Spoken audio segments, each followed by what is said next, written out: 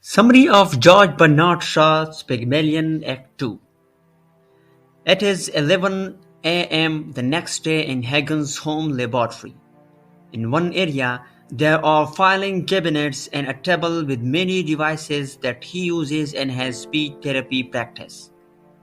An image of the voice organ is there. A really nice chair flanks the fireplace. On the mantelpiece is a clock and nearby is a phonograph table with two chairs. A grand piano with a stool sits in another side of the room, but the keyboard is littered with leftovers from a previous supper. Pickering takes a seat at the table, looking over some of Higgins' belongings. Higgins is not far away. Higgins appeared to be a healthy, beautiful, 40-year-old man in the morning light. He appears to be well-off and experienced.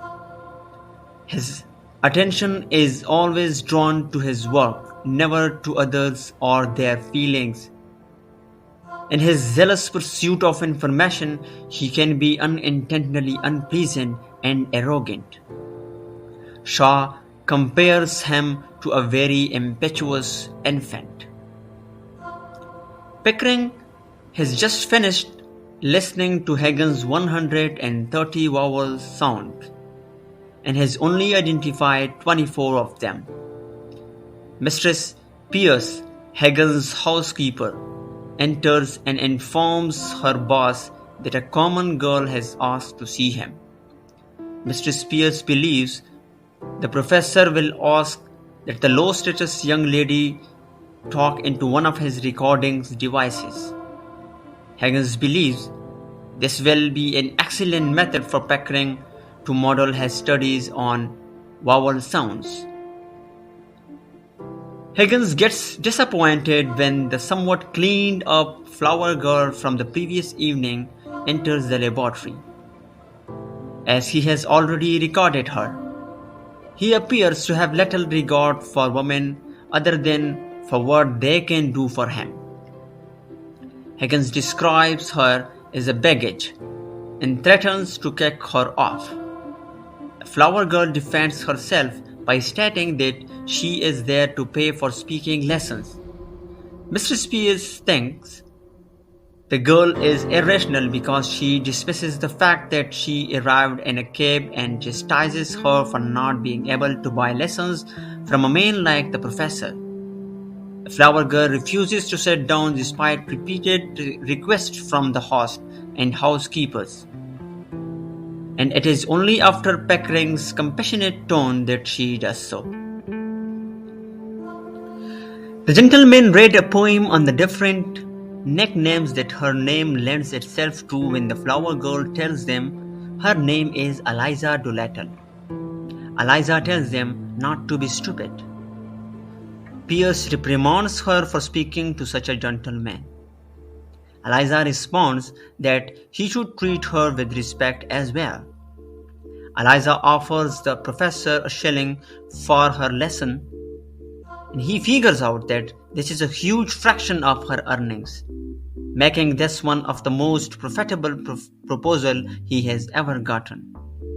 Eliza gets terrified that her money will be taken from her when the professor compares the amount to what millionaires pay.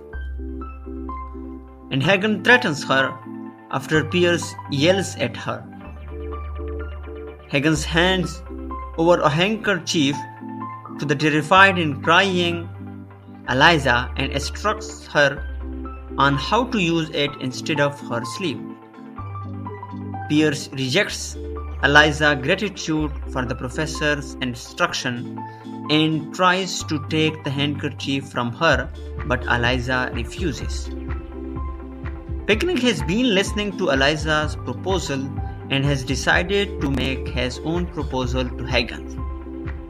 If Higgins fails to pass Eliza off as upper class during the ambassador's garden party, he will cover all fees, including lessons for her makeover. Pierce tries to talk her boss out of it, but he eventually agrees to make a duchess of this draggle-tailed gutter snake. Higgins assures that in 6 months or perhaps 3 months, if she is trainable, he would be able to take her anywhere and she will be socially accepted. Higgins is eager to get started, so he tells Pierce to strip the girl naked, burn her clothes, and clean her up. Higgins orders Pierce to beat the girl if she refuses. Eliza declares that she is a decent girl, feeling rather compromised by the gentleman's words. Eliza wants to flee, but Pierce and Pickering question the professor's authority to do so on the spur of the moment, with no place for her to stay. Mr. Pierce says Higgins has no right to take this girl in without first learning more about her. The housekeeper believes that no creature is used for its own sake, but Higgins eloquently explains her that he is training this woman for a better life in a new socio-economic class. When presented with family connections, Eliza informs them all that he is single, and Higgins assures that once he is finished with her, she will get numerous marriage proposals. Mr. Pierce encourages Eliza to return to her family, but Eliza informs them all that she has been kicked out by her sex stepmother and is on her own. Higgins suggests that Pierce should adopt Eliza, but the housekeeper completely dismisses this idea. She questions the professor with specific concerns. She wants to know if Eliza will be paid and what will happen to her after the experiment is over. Eliza gets angry by the way the housekeeper and Higgins talk about her, especially when Higgins proposes that Eliza squander any money she receives on whiskey. Eliza appeals to Pickering for help. At this point, Pickering tries to persuade Professor Higgins of Eliza's sentiment, but the professor is unconvinced. Pickering tries to persuade Colonel Higgins of Eliza's feelings, but the professor ignores his comments. Eliza, according to Higgins, has no feeling that we need bother about. Eliza has enough and is on her way out of the door when Higgins takes a chocolate and dangles it in front of her. Higgins splits it in half and eats one half and pushes the other part into Eliza's mouth, because she doubts there might be a drug in it.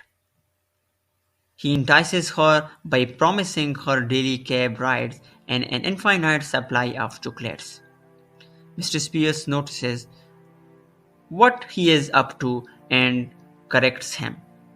Higgins is unfazed, throwing gold and jewels into the enticement. But Eliza declares, "I am a good girl. I am." With Pierce's supervision, Higgins promises Eliza that her virtue will be preserved.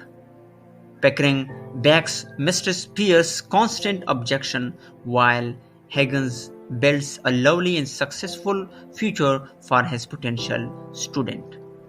He informs Higgins that Eliza must fully comprehend what is about to happen. Higgins scolds the flower girl once again. She says that she doesn't understand what's going on. Higgins shares that none of us fully understand what we are doing in an uncommon twist of characterization to humility and human commiseration. Higgins explains his proposal to Eliza. During her stay at his home, he will take care of all of her living expenses for the next 6 months. He will train her how to talk and how brilliantly should she act during that period, to the point that he will take her to Buckingham Palace at the end of it. If she is revealed to be a fraud, she will be executed, but if she succeeds, Higgins will assist her in finding work in a lady's shop. Mr. Pierce feels she needs to explain everything to Eliza once more, so she takes her upstairs to her new room. Eliza feels unworthy of her new room when she arrives, and she tells Pierce so. Pierce passionately walks Eliza through her room's latest facility, including a bath unit. Eliza feels she is about to be killed by taking chill when Pierce instructs her to strap down for a bath. Eliza admits that she has never taken a formal bath or stripped down to her underwear. The housekeeper tries to persuade Eliza that if she wants to be in the company of gentlemen downstairs, she must be clean both inside and outside. After all, Higgins bathes himself every morning, which Eliza finds unfathomable. In her dressing gown, a bathrobe-like item of clothing, Eliza approaches Mistress Pierce in the bathtub with great anxiety. Eliza is terrified of being naked and chilly, but Pierce advises her to taste the water and remove the gown. Pierce tosses the flower girl into the tub after Eliza protests. Eliza screams as Mistress Pierce scrubs. Colonel Pickering and Higgins are talking about Eliza downstairs. The colonel is looking for Higgins' assurance that he has no ill will towards the girl. Higgins assures his visitor that he has instructed countless lovely ladies who were nothing to him. He is confident that he can treat their student in the same manner. Mr. Spears then enters the room where the gentlemen are putting Eliza's head in the oven, which the housekeeper says must be done for a time, and informs the professor that Eliza doesn't want the head burned. Higgins agrees to retain it as a curiosity, as he puts it. Mr. Spears then advises Higgins to be careful with his words around the girl. When Pierce loses something or becomes angry, she says to Higgins that he uses a word that begins with the same letter as bath. Of course, Higgins denies such use, but Pierce brings up that morning's colorful language, which Higgins dismisses as a poetic alliteration displays. The professor continues to be verbally chastised by the housekeeper. She asks if he pays attention to how he dresses at the breakfast table and what he uses as a napkin. She goes on to say that he should be careful about what he consumes. Higgins doesn't see it in the same way as his housekeeper, but he promises to be more aware in front of the girl. Pickering loves Higgins' conversation with his housekeeper. Mr. Spears reports, but returns shortly after to announce the arrival of Alfred Doolittle, a garbage collector who claims to be Eliza's father. A filthy man dressed in his trade's garb enters. Following the introductions, Higgins hands over Eliza over to her father and instructs him to take her away. Higgins accuses Doolittle of blackmailing the professor by sending Eliza to his house.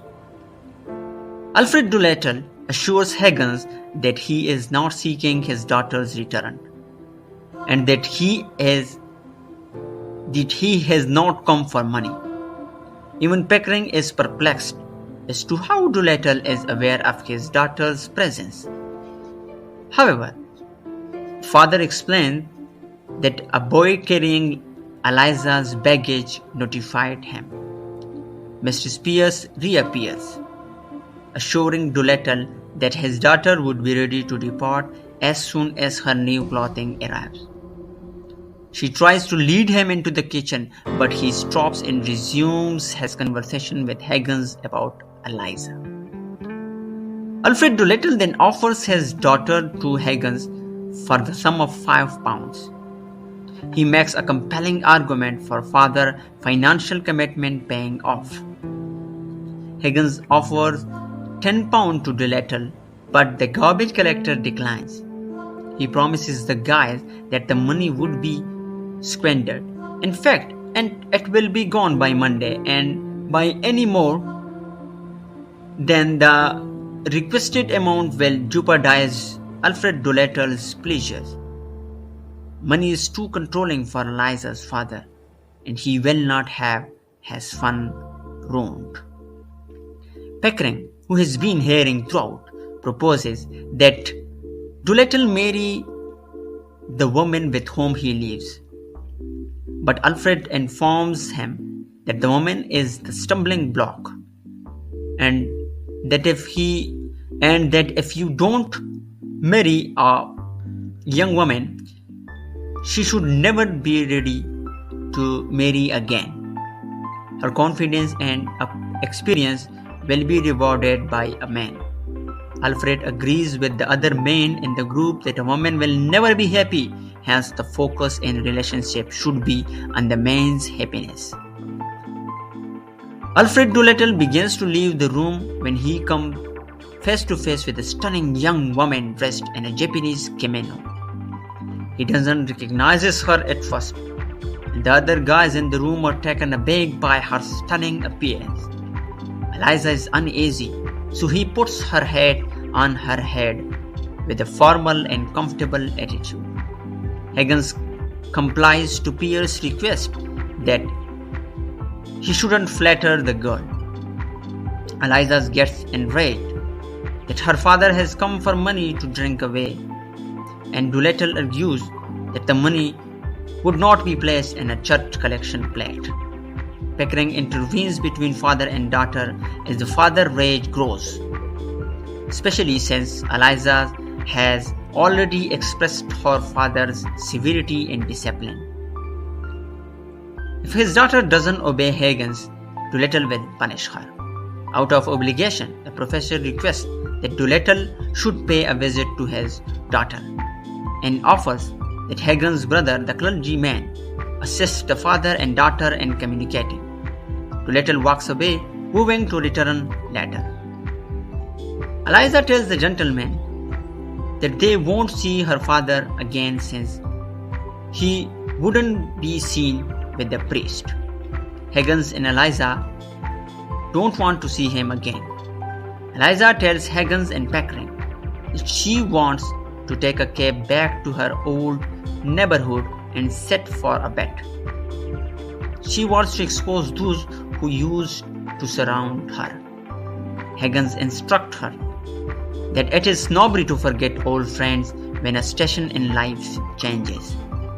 But Eliza tells her instructor that those former friends scorned her. She has no feelings for them. The woman leaves after Mistress Pierce announced the arrival of Eliza's new clothes. Eliza listens are depicted in the next scene. Her stomach is upset from the regular rich meal she has been eating, and she is terrified of her anxious passing instructor. The colonel's presence soothes the young lady. Higgins instructs the girl to recite the alphabet, but her pronunciation falls far short of his expectation. He is unyielding.